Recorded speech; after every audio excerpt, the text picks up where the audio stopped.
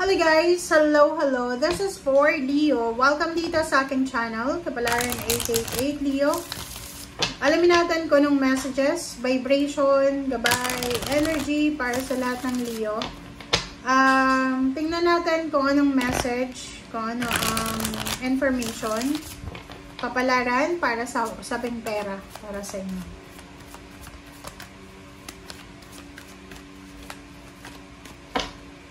Okay, Leo. Reverse. Wow, ang ganda.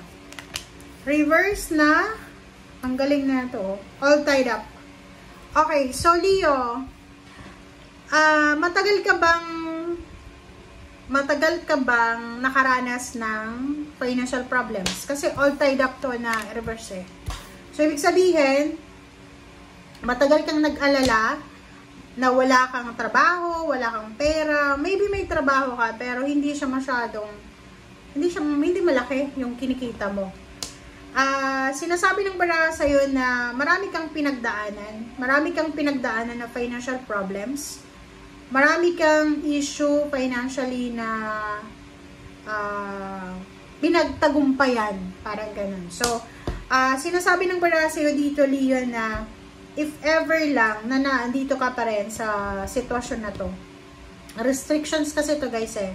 Yung halimbawa gusto mong bumili ng pagkain, hindi ka makabili. Gusto mong bumili ng sasakyan, hindi ka makabili. Wala kang pera, wala kang ipon. Walang sino man ang gustong magpahiram sa'yo. Parang ganun. Sinasabi ng baraha sa'yo na kung isa kang babae na Leo, this month of November, posibleng mag-iisip ka or makakaisip ka ng alternative or ng alternative solution sa kung ano man na restrictions or entrapment na pinagdadaanan mo. So, ang ibig sabihin natin dito, okay, ang ibig sabihin natin, Leo, na yung pinagdaanan mo na hirap, pinagdaanan mong financial na problema, ay posibleng masolusyonan na sa buwan ng November kasi makakaisip ka ng tamang solusyon. Makakaisip ka, halimbawa may trabaho ka na, tapos makakaisip ka na, ay, pwede pala akong magtrabaho sa online, diba? Pwede akong mag-work from home, aside from my 8 hours job every day, pwede akong sa gabi mag-work from home, parang ganun. So, medyo mababawasan kasi naka-reverse na siya. Okay, this is reverse. So, medyo mababawasan yung worries and anxiety nyo regarding sa pera. Kasi may solusyon na eh, diba? Mahahanap mo yung solusyon, makukuha mo yung templa, diba? Ng kung ano man na financial problems na pinagdadaanan mo.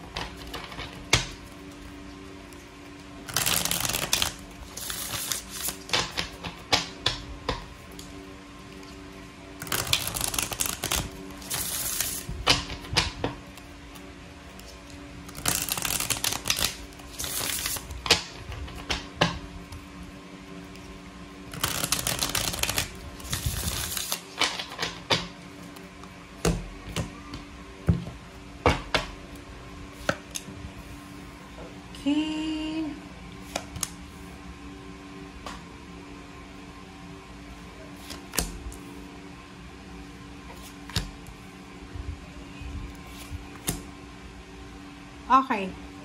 Yung first 5 cards natin, 10 of Cups, Queen of Cups, the Lovers, 10 of Wands, you're the Fool.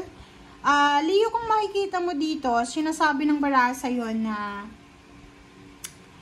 for the month of November, posibleng wala ka namang masyadong pinoproblema sa family mo eh. Kasi kung makikita mo dito, masaya ka, masaya yung pamilya mo, you're happy, you're contented, and manageable naman yung emotions mo eh. Kumbaga, kung may mga naging problema kayo sa emotion, sa family relationship for the past few months, ngayong buwan na to is manageable siya. Stable, secured yung family life and even love life mo.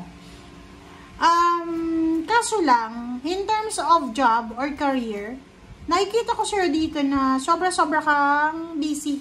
Okay? Medyo busy.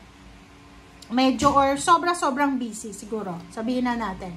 Sobrang busy ang Leo na to. Maybe ang dami mong obligations, duties and responsibilities.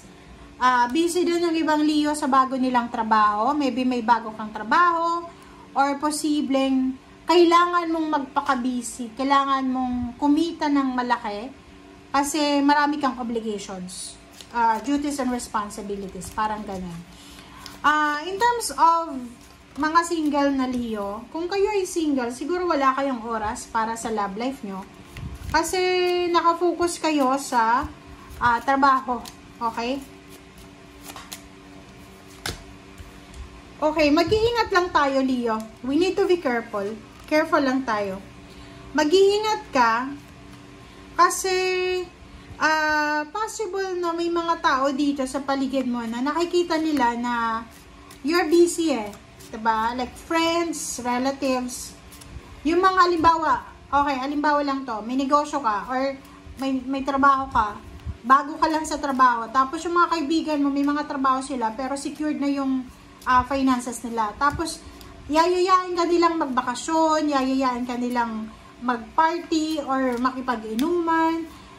Iwasan mo yun kasi posibleng yung temptation na darating sa'yo ngayon, para i-tempt ka in terms of money, ay posibleng siya yung magiging hadlang para sa pag-asenso mo.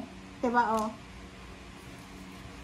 So, sinasabi ng baraha sa'yo dito, Leo, na kailangan nung maging, parang strict ba? Disiplinado.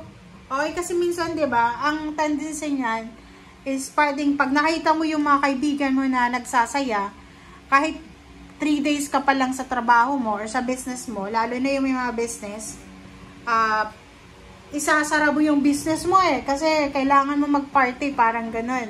So, yun yung kailangan mong iwasan kasi ito, there's a temptation here Isang tao na pwedeng air signs, Gemini, Libra, Aquarius, na posibleng papasok sa buhay mo para i-tempt ka. Like, yayayain ka, halika, Leo, magbakasyon tayo, magparty tayo, may birthday dito sa amin, ganyan-ganito. So, the Empress is here.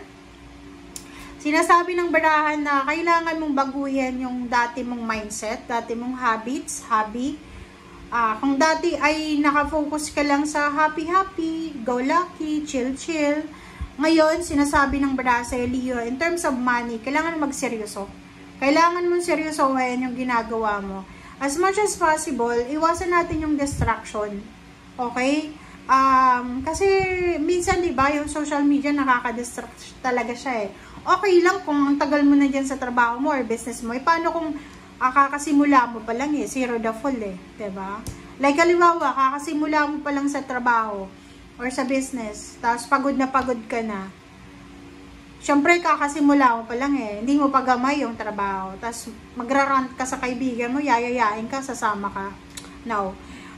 Sinasabi ng baraha sa'yo dito, now, Leo, kasi this month ay napaka-crucial month. Napaka-importante yung buwan na to para sa financial development mo. Okay? So, thank you guys for watching and see you again. Bye!